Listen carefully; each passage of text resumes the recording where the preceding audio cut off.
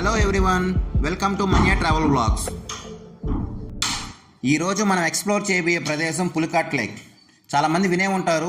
Pulicat lake అనేది భారతదేశంలోనే రెండవ అతిపెద్ద ఉప్పు నీటి సరస్సు. యాజ్ యూజువల్ మేము ఉదయాన్నే తడ నుండి బయలుదేరాము. వెళ్ళే దారిలో నందిని కేఫ్ అని ఒక వెజ్ రెస్టారెంట్లో బ్రేక్ఫాస్ట్ కంప్లీట్ చేసుకొని పులికాట్ లేక్ స్టార్టింగ్ పాయింట్కి వెళ్ళాము. అక్కడికి వెళ్ళగానే ఫిషర్మ్యాన్ వేటకు వెళ్ళి తెచ్చిన చేపలు మరియు రొయ్యల్ని మార్కెట్కి పంపించడానికి రెడీ చేస్తూ ఉన్నారు. మేము ముందుగా మాట్లాడుకున్న బోటు మేము వెళ్ళే టైంకి రెడీగా ఉండింది. సో మేము ప్లాన్ చేసుకున్న బోట్ రేటు జనరల్గా 3,500 నుండి 4,000 వరకు తీసుకుంటారు. అది కూడా సీజన్ బట్టి మారుతూ ఉంటుంది. సో నేనైతే వాల్తేరు వేరే షర్ట్ వేసుకొని మా గ్యాంగ్ అంతా దేవరా సాంగ్స్ వింటూ మా ప్రయాణాన్ని స్టార్ట్ చేశాము.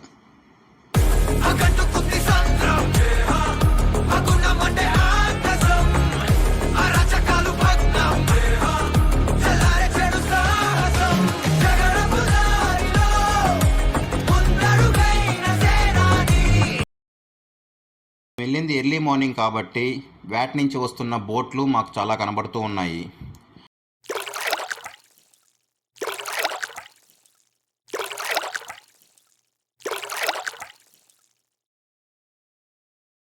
మా జర్నీ స్టార్ట్ అయిన 10 మినిట్స్కే చుట్టుపక్కలంతా వాటరే కనబడుతుంది.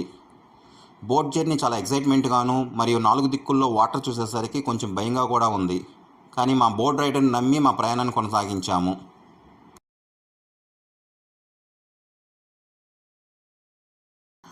మేము ఫుడ్ అండ్ స్నాక్స్ ఇంట్లోనే ప్రిపేర్ చేసుకొని తీసుకుని వెళ్ళాము. ఏ మాటకు ఆ మాట అండి, బోట్లో మేము తెచ్చుకున్న స్నాక్స్ తింటూ సాంగ్స్ వింటూ నేచర్ని ఎంజాయ్ చేస్తూ మా పడవ ప్రయాణం చాలా ఆహ్లాదకరంగా సాగింది. అది ఆ ఫీలింగ్ ఎంజాయ్ చేస్తూనే తెలుస్తుంది.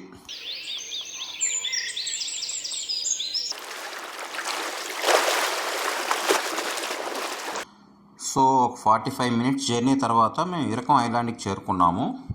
చాలాసేపటి ప్రయాణం తర్వాత ఒక ల్యాండ్ చూడటం చాలా కొత్త రకమైన అనుభూతినిచ్చింది. అక్కడ మేము చూసిన ఆశ్చర్యకరమైన విషయం ఏంటంటే, మేము ప్రయాణించిన లేక్ అంతా ఉప్పుగా వాటర్ ఉంటుంది. కానీ లేక్ పక్కనే ఉన్న ఇసుకలో ఒక 2-3 ఫీట్ తవ్వితే మంచినీళ్ళు వస్తున్నాయి.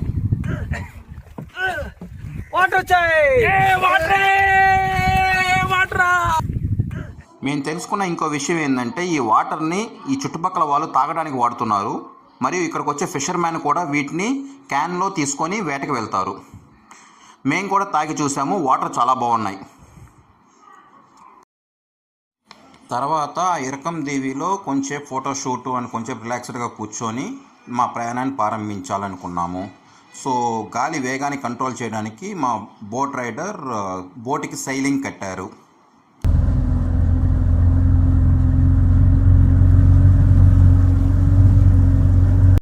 అలా మళ్ళీ మా పడవ ప్రయాణాన్ని మొదలుపెట్టాం.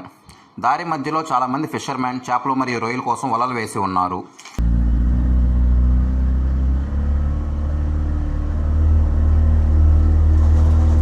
మా బోట్ రైడర్స్ని మేము చేరుకోవాల్సిన ప్రదేశానికి ఇంకెంత దూరం అని అడిగితే ఇంకా 2 అవర్స్ పడుతుందన్నారు. సో అలా 2 గంటల ప్రయాణం తర్వాత ఈ బ్యాక్ వాటర్ అంతా సముద్రం కలిసే ప్లేస్ వచ్చింది.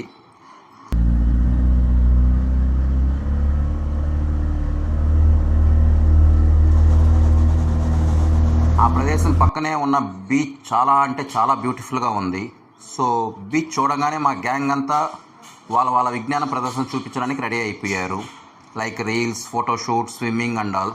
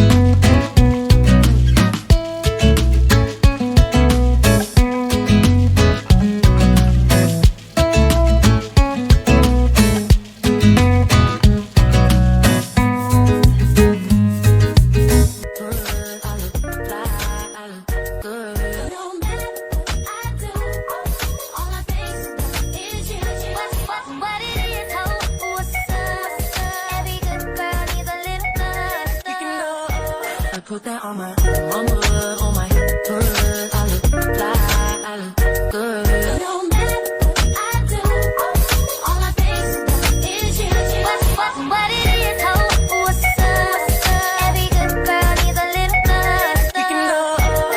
put that on my mama, on my hood. I look so beach అంటే మనకు టైమే తెలియదు కాబట్టి ఆల్మోస్ట్ 1.5 గంట ఆ బీచ్లోనే ఎంజాయ్ చేశాము.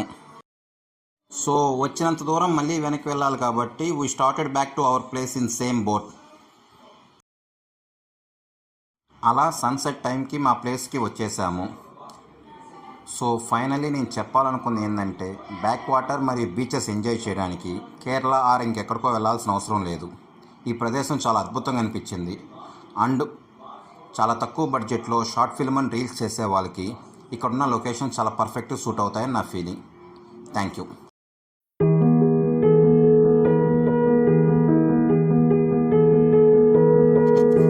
Finally, a big thank you to my friends for joining me on this unforgettable adventure.